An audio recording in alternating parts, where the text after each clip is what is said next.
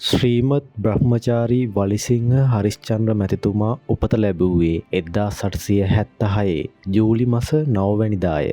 එතුමාගේ ගම් පළාත වූයේ මීගමුව ප්‍රදේශයේ මහහුණුපිටිය නම් වූ ගම්මානයයි. එතුමන්ගේ මව මාර්තිනා ද සිල්වා වූ අතර පියා වෙළඳ ව්‍යාපාරිකයෙකු වූ හෙන්රික් ද සිල්වා මහතාය. පවුලේ වැඩිමහල් දරුවා ලෙස උපත ලැබූ මෙතුමන්ගේ මුල් නම වූයේ වලිසිංහ එඩ්වර්ඩ් ද සිල්වා යන්නයි. එඩ්වර්ඩ් දරුවා කුඩා කාලයේ පටන්ම ඉංග්‍රීසි භාෂාව මැනවින් ඉගෙන ගත්තේය. ඔහුගේ මව්පියන්ට අවශ්‍ය වූයේ ඔහු නීතිඥවරයෙකු ලෙස කටයුතු කරනු දැකීමයි. එහෙත් එය පසු කලක සැබෑවක් වූයේ නැත. ඒ වෙනුවට ඔහු තෝරාගත්තේ බුද්ධ ධර්මය ප්‍රචාරය කිරීමේ මාර්ගයයි. සිය තරුණ කාලයේදීම අනගාരിക ධර්මපාලතුමාගේ ඇසුරට පත්වන මෙතුමන් ධර්මපාලතුමා මෙන්ම ධර්ම ප්‍රචාරයට බෙහෙවින් ඇල්මක් දැක්වූයේය. එකල ප්‍රකටව තිබූ යුරෝපීය ඇඳුම් පසෙකලා ඒ වෙනුවට සුදු පැහැති වස්ත්‍ර ඇඳීමට පටන් ගත්තේය.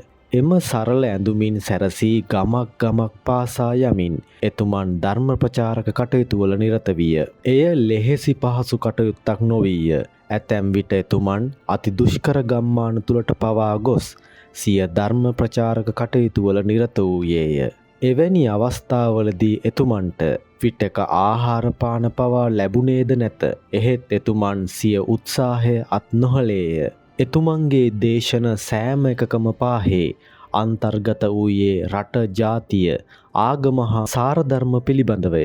ඒවාගේ ඇති අගය ඒවා රැකගැනීමේ ඇති අගය එතුමන් සෑම විටකම අවධාරණය කළේය. එමෙන්ම බෞද්ධ සිද්ධස්ථාන ආරක්ෂා කර ගැනීමේ අවශ්‍යතාවද එතුමන් සෑම විටම සමාජය වෙතට ඉදිරිපත් කළේය. එතුමන්ගේ දේශනවලට බොහෝ දෙනෙකු කැමති වූ බවක් දක්නට ලැබිණි. ඇතැම් කුඩා දරුවෝ පවා ඔහුගේ දේශනවලට සවන් දීමට ගියහ.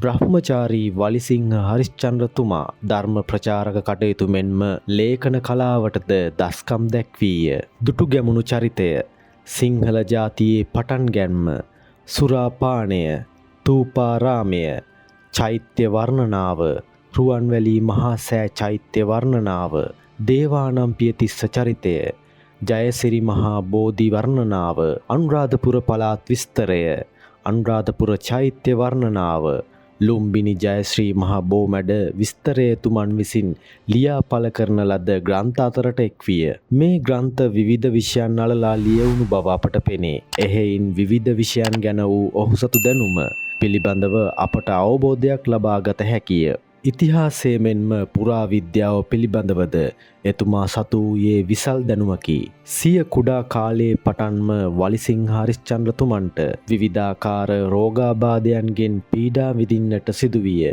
එහෙත් ඔහු ඒ එකකින්වත් සැලුනේ නැත. සිය ධර්ම ප්‍රචාරක කටයුතුද අනෙක් කටයුතුද රෝගාබාධයන් නොසලකා හරිමින්ම කරගෙන ගියේය. ඔහු විටෙක ප්‍රකාශ කළේ සම්බුද්ධ ශාසනයට වැඩක් නොකර අවුරුදු 100 ගණනක් ජීවත් වනවාට වඩා ශාසනයට වැඩක් කර එක දිනක් හෝ ජීවත්වීම වැදගත් බවයි. ඉඩක් ලද සෑම විටකදීම එතුමන් බෞද්ධ විහාරස්ථාන දැකබලා ගැනීමට උනන්දු විය. එවකට පැවති එංගලන්ත පාලනය මගින් අනුරාධපුරයේ පිහිටි බෞද්ධ සිද්ධස්ථානවලට යම් යම් හානි පැමිණිවීම් සිදු කරන ලදී. එමෙන්ම එම සිද්ධස්ථානවල පැවති උරුමයන්ද විවිධාකාරයෙන් අත්පත් කර ගැනීමද සිදුවිය. මේ සියල්ලටම එරෙහිව වලිසිංහ හරිශ්චන්ද්‍ර මැතිතුමා නැගී සිටියේය. එතුමන් අනුරාධපුර ශුද්ධ භූමිය බේරා ගැනීමට ඉමහත් සටනක් කළේය. එමෙන්ම මිහින්තලා භූමියද ඒ ආකාරයෙන්ම බේරා ගැනීමට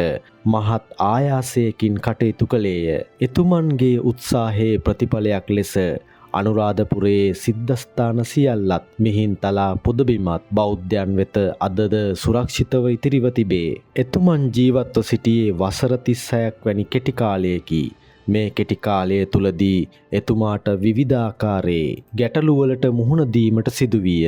එක් වතාවකදී නොකල වරදකට සිරගත වීමට පවා සිදුවිය.